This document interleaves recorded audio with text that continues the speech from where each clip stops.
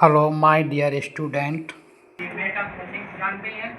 Meta organisation है जो कई लोग ये ऐसे नहीं चलती, इसमें कई लोग सपोर्ट करते हैं हमको, ठीक है ना। बहुत से बड़े लोग हैं, पैसे वाले हैं, वो सपोर्ट करते हैं, तो मैं उनका बहुत बहुत शुक्रिया अदा करूँगा पहले तो उनका, जो हमारे मेटा कोचिंग का सपोर्ट करते हैं, ठीक है ना। उसी वजह से हम लोग आज आप लोग के लिए जो भी कंपटीशन रखते हैं सब हम लोग बिना पैसे के रखते हैं, मतलब कोई पैसा चार्ज नहीं किया जाता उसमें, ठीक है। सिर्फ आपको पेपर देने आना होता है और आपकी एबिलिटी पता चलती है कि आपके अंदर क्या है, उसको निखारना है। मेन मकसद है कि आपके अंदर जो क्वालिटी है उसको निखारना है मेटा से। और ये एक पहली कोचिंग होगी मेटा की चौदह में मेरे ख्याल से, ये ऐसे जो प्रोग्राम ज़्यादा कराती है। देखा ही होगा अभी एनुअल फंक्शन हुआ था, कई कम से कम 75-80 प्राइज बांटे गए। तो हर साल मेटा कराती है, कुछ ना कुछ नया कराती है। इस बार भी जो है मेटा ने अभी तक मैथमेटिक्स ओलंपियड होते थे, लेकिन 9th और 10th का होता था, 2 साल से करा रहे। लेकिन इस बार मेटा संस्था ने ये सोचा है कि जो छोटे बच्चे हैं, यानी जो 6, 7, 8 के जो बच्चे हैं उनको भी मौका देना चाहिए। वैसे मौका तो वो छोटे फर्स्ट नर्सरी से भी देती है, आर्ट का कंपटीशन, कहानी, स्टोरी, मतलब कई मौके देती है। लेकिन ये मैथ ओलंपियाड अब जो है इस साल से शुरू किया जाएगा 6 से 8 तक, ठीक है ना। इसमें क्या है कि सबसे पहले देखिए, जब भी किसी कंपटीशन की तैयारी करें, या ओलंपियाड हो, मैथ का हो, साइंस का हो, तो सबसे बड़ी बात यह है कि हमें कंटिन्यू मेहनत करनी है, तभी हम सक्सेस होते हैं, ठीक है ना। ऐसा तो नहीं है कि एक दिन पढ़ लिया और सब हो गया, ठीक है ना।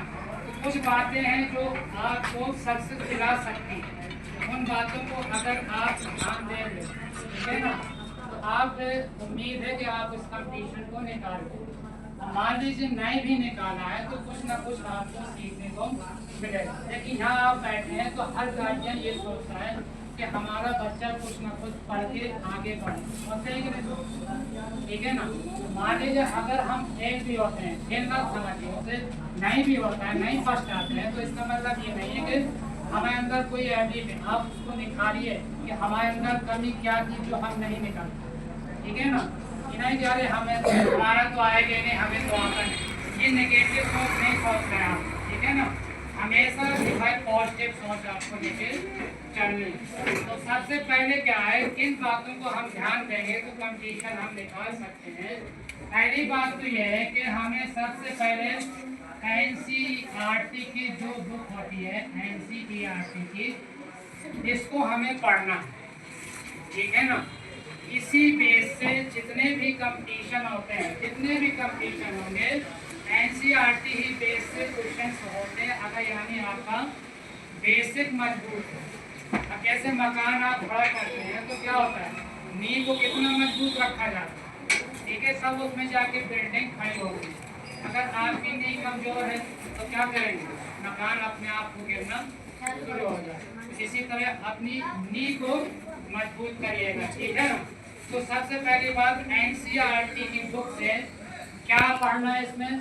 देखिए बहुत से बच्चे क्या होता है कि क्वेश्चन पूछते हैं, क्यों पूछते हैं, दिक्कत ये है, अगर आप कहने से इस बुक के NCERT के अगर कॉन्सेप्ट क्लियर कर लें, क्या करें, कॉन्सेप्ट अगर क्लियर कर लेते हैं, ठीक है ना, यानी जो बेसिक कॉन्सेप्ट होते हैं, जैसे कोई चैप्टर पढ़ा उसके बारे में जो आपको डिटेल बताई जाती है उसमें, ठीक है ना, ठीक है ना, उसको आपको पूरे तरीके से बेसिक हो, यानी फार्मूले, अगर मैथ पढ़ रहे हैं तो फार्मूले से लेके आना चाहिए, उनके जो कुछ रूल होते हैं, कॉन्सेप्ट, तो वो आपको पता है।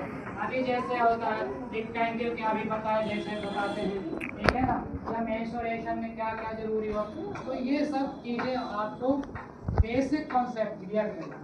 क्वेश्चन चाहे जितना टफ हो आप लगा लेंगे। हाँ ये तो हो सकता है, अगर आपके कॉन्सेप्ट क्लियर हो गए तो क्या होगा, अगर आपके कॉन्सेप्ट क्लियर हो गए तो आप बड़े से बड़ा क्वेश्चन भी सॉल्व कर देंगे। अगर नहीं भी होते, मान लीजिए बुक में 2-4 क्वेश्चन ऐसे हैं, मान लीजिए 25 क्वेश्चन है, उनमें से 5-6 ही क्वेश्चन आपके बचेंगे जो आप न लगा पाए, हो सकते स्टूडेंट हैं, ठीक है ना। भाई आपको पूछना, अगर कॉन्सेप्ट क्लियर है तो काफी क्वेश्चन आप अपने आप लगा लें, क्वेश्चन को रटना नहीं है।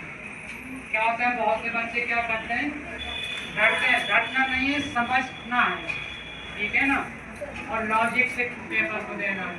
पहली बात तो एनसीईआरटी बुक आपकी पूरी क्लियर होनी चाहिए विद कॉन्सेप्ट, समझ गए ना।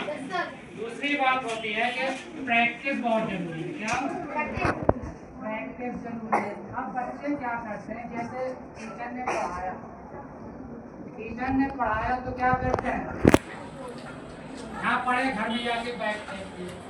और जब एग्जाम कोई देते हैं आप, या एनिमल एग्जाम देते हैं या कोई भी हाफ ईयरली पेपर देते हैं, तो आप पढ़ रहे हैं बच्चे 10-10 घंटा लिए बैठे हैं, अब समझ में नहीं आ रहा। कुछ टॉपिक तो होते हैं रटने वाले, तो उतना ही तो रट पाएंगे जितना मैक्सिमम क्षमता है उसके अंदर। ये तो नहीं है कि ज़्यादा, अब मान लीजिए आपको 10 दिन का खाने एक साथ दे दीजिए तो आप सब खा पाएंगे, 10 दिन का खाने एक साथ देंगे तो आप खा पाएंगे। इसलिए जो पढ़ाई भी है प्रैक्टिस के ऊपर डिपेंड है कि आप डेली प्रैक्टिस करें, चाहे भले घर में आप आधा घंटा पढ़िए, घर में टाइम जरूर दीजिए। ये नहीं कह रहे कि आप दिन भर पढ़िए, हर सब्जेक्ट में कम से कम आधा घंटा आपको टाइम देना पड़ेगा, तब आप सीख पाएंगे। अगर आपके अंदर इच्छा है, ठीक है ना, तभी आप सीख पाएंगे। दूसरा ये है कि समय आपको बहुत मांगे, और ये तीसरा क्या है आपका, तीसरे में क्या होगा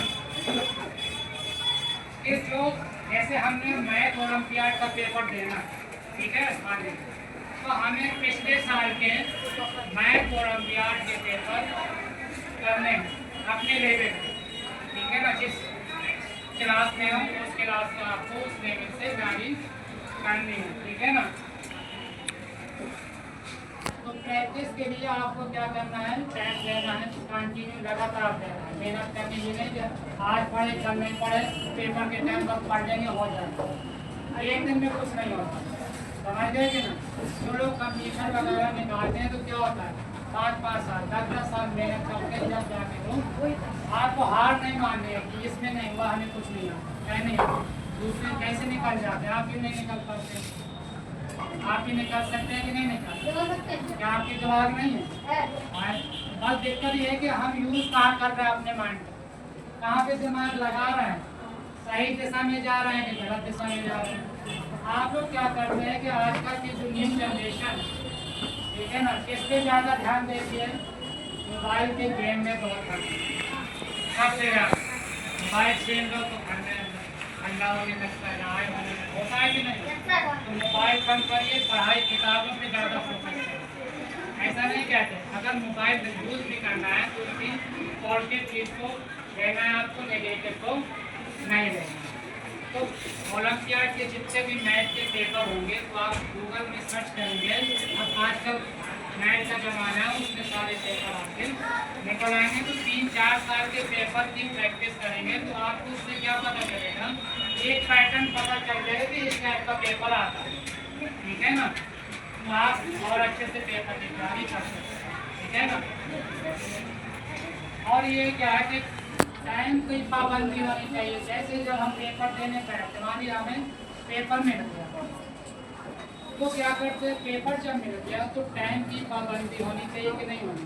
मानिए 50 क्वेश्चन आए आपको, ऑप्शन में MCQ आते हैं, MCQ 50 क्वेश्चन है और 1 घंटे का टाइम है, आपको पता है कि 1 मिनट में लगभग 1 क्वेश्चन करना होगा, ठीक है ना, और बहुत ज़्यादा 10 सेकेंड 5 सेकेंड कितना टाइम हमें देगा। तो आपको टाइम का भी पाबंदी रखनी है। अब होता क्या, ये छूट गया हमारा, हमें आ रहा था हमें छूट गया, क्यों, क्योंकि आप टाइम से पेपर को नहीं कर। दूसरी बात इसमें और ध्यान रखना है कि हमें उन क्वेश्चन को पहले अटेम्प्ट करना है जो हमें आ रहे हैं, से जो पेपर हम जो क्वेश्चन हमें बन रहे हैं पहले उनको करना है। और जब पेपर इस टाइम के लिए जाते हैं, कोई भी कंपटीशन होगा या ओलंपियाड होगा, तो 4 क्वेश्चन वो आपको पूछने के लिए कह देते हैं कि बच्चे इसी में जूझ जाएगा और उसका टाइम हो जाएगा बर्बाद। तो 4 क्वेश्चन जो आपसे नहीं बन रहा है तो वो आप आखिरी के लिए रखिए, अगर टाइम बच रहा है तो उसको करिए, नहीं तो लो और समझ गए।